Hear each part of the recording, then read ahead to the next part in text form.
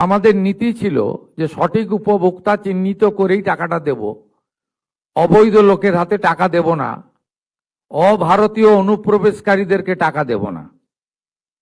দিলীপ দা তার বক্তব্যে বলেছেন 12,500 অবৈধ লোক ধরা পড়েছে, 27,000 এমন লোক পাওয়া গেছে, 57,000 যারা ভোটার তালিকা থেকে ভারতীয় নয় বলে নাম বাদ গেছে।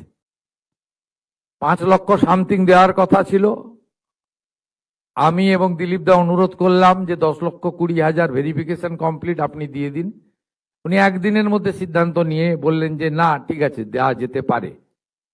আপনাদেরকে আমি শুধু বলবো যে এই আজকে সিমেন্ট, স্টিল, বালি ইত্যাদির যে দাম, এক্ষেত্রে আপনাদের বাড়ি সম্পূর্ণ করতে গেলে আরো নিজেদেরকে কিছু অর্থ হয়তো লাগাতে হবে।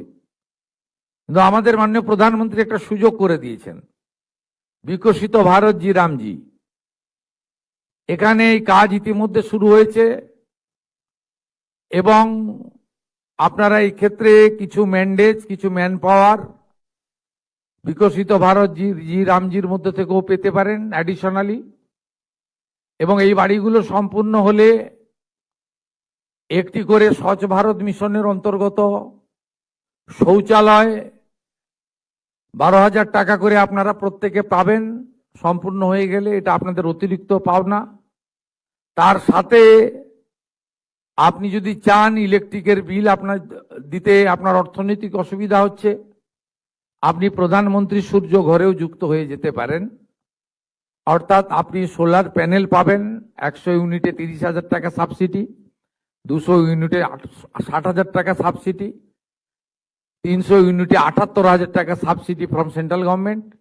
আর যদি SC ST পরিবার হন, পশ্চিমবঙ্গ সরকার নিজস্ব অর্থ থেকে আরো 15,000 টাকা আপনাকে অতিরিক্ত সাহায্য করবে তফসিলি জাতি এবং উপজাতিদের, যাদেরকে আমরা ভগবানের চোখে দেখি। অতিরিক্ত 15,000 টাকা তাদেরকে আমরা দেব। অর্থাৎ প্রধানমন্ত্রী সূর্য ঘরও আপনি লাগাতে পারেন। এই সুযোগগুলো কাজে লাগিয়ে বাড়িগুলোকে সুন্দরভাবে নির্মাণ করুন। আর আমরা মন্ত্রিসভা বসে ঠিক করেছি যে পশ্চিমবঙ্গ নামটার ব্যাপক একটা ঐতিহ্য লুকিয়ে রয়েছে। কারণ বিভীষিকাময় দেশভাগ যেদিন হয়েছিল 1947-এ, সেদিন আমাদেরকে পাকিস্তানে নিয়ে যাওয়ার চক্রান্ত হয়েছিল, পূর্ব পাকিস্তানে। সেদিন ডক্টর শ্যামাপ্রসাদ মুখার্জির নেতৃত্বে পূর্ব পাকিস্তান দ্বিখণ্ডিত হয় পশ্চিমবঙ্গ আইনসভায় 58-21 ভোটে, এবং তার ফলেই পশ্চিমবঙ্গ সৃষ্টি হয়েছে। তাই আমরা যে বিচারধারায় সরকার চালাই, এবং এটা কঠিন বাস্তব যে পশ্চিমবঙ্গ নাম, আমরা পশ্চিম নামটা কোনোদিন মুছে দিতে পারি না। পশ্চিম নামটা তৈরি করার মধ্য দিয়ে অনেক ইতিহাস লুকিয়ে রয়েছে, যা বর্তমান প্রজন্ম, আগামী প্রজন্ম জানা দরকার। তাই আমরা বাংলার বাড়ির নাম পরিবর্তন করে মন্ত্রিসভা সিদ্ধান্ত নিয়েছি, এটি পশ্চিমবঙ্গ আবাস নামে পরিচিত হবে। পশ্চিমবঙ্গের নাম আমরা কখনো ভুলতে দিতে পারি না, এটা আমাদের কর্তব্যের মধ্যে পড়ে। আপনাদের সকলকে ধন্যবাদ জানাই। আমরা থেমে থাকবো না। বাকি যাদের জেনুইন ভেরিফিকেশন হয়ে যাবে তাদেরও অর্থ সম্মানীয় দিলীপ ঘোষের নেতৃত্বে তার দপ্তর সঠিক সময় দেবে। কোনো কোনো সময় আমার উপস্থিতি প্রয়োজন মনে করলে তারা ডেকে নেবেন। আমরা একসঙ্গে কাজ করি, একটা টিমে কাজ করি। আরো খুশির খবর আপনারা পাবেন। ইতিমধ্যে মাননীয় মন্ত্রী বলেছেন, মাননীয় মুখ্য সচিব বলেছেন যে বিগত সরকার কেন্দ্রীয় সরকারের সঙ্গে শুধু যুদ্ধ করে গেছেন, কেন্দ্রীয় সরকারের সঙ্গে লড়াই করেছেন, বাংলার মানুষ বঞ্চিত হয়েছে। যদিও মাননীয় প্রধানমন্ত্রী নরেন্দ্র মোদীজি রাজনীতির মধ্যে থাকেন না, তিনি উন্নয়নের মধ্যে থাকেন।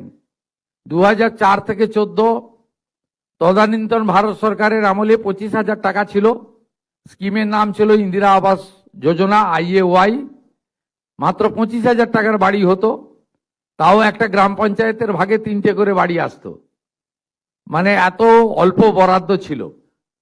এবং 4 থেকে 14 পশ্চিমবঙ্গ কত টাকা পেয়েছে? 4,664 কোটি টাকা। 2014 সাল থেকে চুরি দুর্নীতি ধরা পড়ার আগে পর্যন্ত 2022 সালের 31 মার্চ পর্যন্ত টাকা পেয়েছে পশ্চিমবঙ্গ সরকার আবাসে। এই অ্যামাউন্ট হলো 30,000 কোটি টাকা। কত বাড়ির জন্য টাকা দিয়েছে ভারত সরকার? 40 লক্ষ ইউনিটের জন্য টাকা দিয়েছে। না, আমরা চোখে দেখতে পাই না।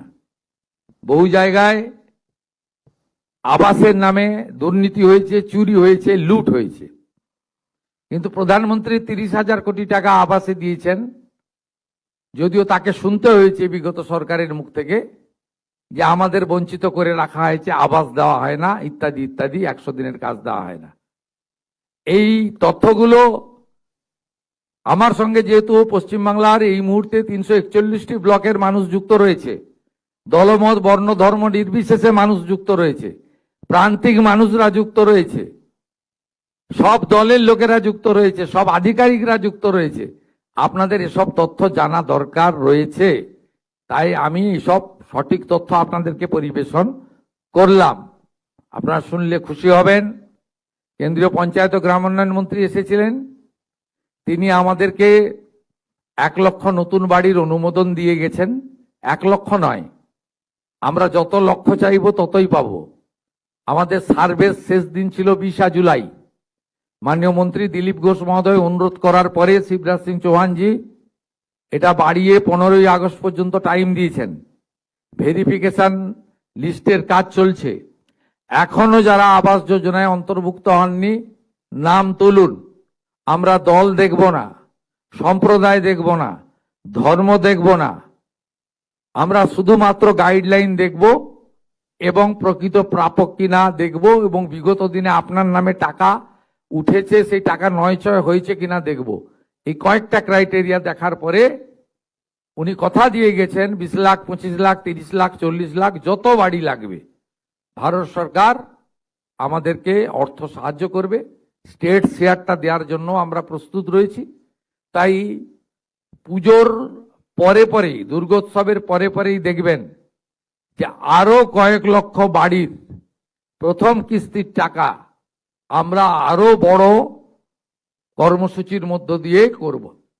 তাই এই অর্থে বাড়ি নির্মাণ করুন। সঙ্গে বিকশিত ভারত জি রামজির 125 দিনের কাজ, অর্থাৎ বছরে ন্যূনতম 34,500 টাকার কর্মদিবস, সেটাকে প্রপারলি ব্যবহার করুন। 12,000 টাকার শৌচালয় লাগান। সঙ্গে প্রধানমন্ত্রী সূর্যঘর যোজনার সুযোগ নিন। এইভাবে গ্রামীণ আবাস তৈরির মধ্য দিয়ে, জল জীবন মিশনের কানেকশনের মধ্য দিয়ে, প্রধানমন্ত্রী অন্ন সুরক্ষা যোজনার রেশনের সাথে সাথে দিয়ে আমরা আসুন আগামী দিনে পশ্চিমবঙ্গের গ্রামকেও নগরায়নের ছোঁয়া পৌঁছে দিই।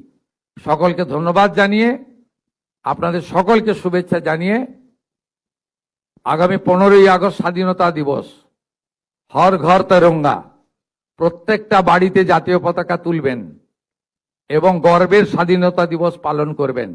সকলকে ধন্যবাদ দিয়ে আমার কথা শেষ করলাম। জয় হিন্দ।